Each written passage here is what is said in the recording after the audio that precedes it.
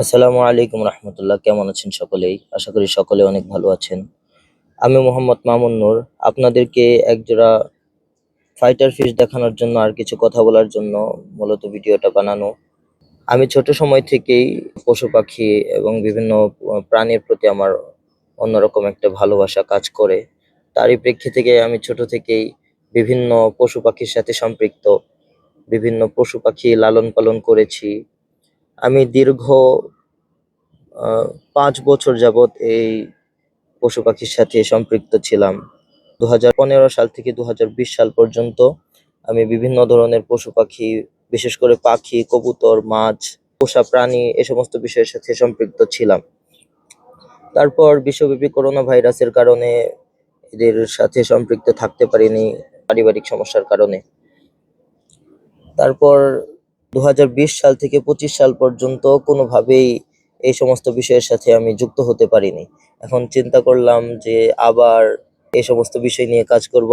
আসলেও শৌখিন বিষয়গুলো এরকম, যারা এগুলোর সাথে একবার সম্পৃক্ত হয়ে যায় তারা কখনোই এগুলো থেকে দূরে আসতে পারে না।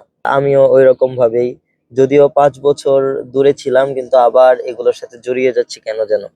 এখন চিন্তা করছি যে আবার নতুন করে শুরু করব। এই চিন্তা ভাবনা থেকে একজোড়া নতুন ফাইটার ফিশ কিনা আর কি।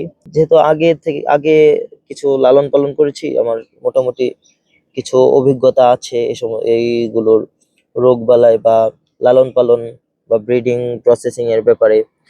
আমি আবার একদম শূন্য থেকে শুরু করছি। এই যে আমার কাছে এই মুহূর্তে আর কোনো পোষা প্রাণী বা কোনো ধরনের মাছ, এই ধরনের কোনো কিছু নেই। এই একজোড়া ফিশ আমি কিনেছি 2-1 দিন যাবত। তো এটা দিয়ে আমি শুরু করব। এগুলোর লালন পালন সম্পর্কে আপনাদেরকে ইনশাল্লাহ জানাবো, এদের খাবার দাবার সম্পর্কে, ব্রিডিং প্রসেস সম্পর্কে আপনাদেরকে জানানোর চেষ্টা করব। আর এদের রোগ বালাই সম্পর্কেও জানাবো, কখন কি করতে হয় না করতে হয়। আর আস্তে আস্তে আমরা আরো অনেক ধরনের পোষা প্রাণী আনবো, মাছ আনবো, পাখি আনবো, এগুলো কিনবো। এগুলোর সবকিছুর আপডেট আপনাদেরকে দিব, এবং এগুলোর খাবার দাবার, এগুলোর আহ, স্বভাব চরিত্র, এ সমস্ত ব্যাপারে আপনাদেরকে জানাবো। এবং রোগবালাই হলে কিভাবে কি করতে হয় না করতে হয় আমরা সকলে ইনশাআল্লাহ জানবো। আমি নিজেও শিখবো, আপনাদেরকেও দেখাবো। তো এতটুকুই বলার ছিল আজকে। আর মাছগুলো দেখতে একটু দুর্বল মনে হচ্ছে, আসলে এগুলো দুর্বল না। আমি নতুন এনেছি 2-3 দিন যাবত। আমি আনার পর থেকেই বৃষ্টি শুরু হয়েছে, আবহাওয়া খুবই ঠান্ডা বাইরে। আর এই ফাইটার ফিশ গুলো ঠান্ডা আবহাওয়ায় একটু ঝিমিয়ে থাকে, সার্ভাইভ করতে পারে না। এদের জন্য পানির টেম্পারেচারটা একটু বেশি থাকলে এরা কমফর্টলি আর কি থাকতে পারে। তো এই জন্য একটু ঝিমিয়ে আছে, নাড়াচাড়া একটু খুব কম করছে। তো আশা করি ঠিক হয়ে যাবে কিছুদিনের ভিতরে।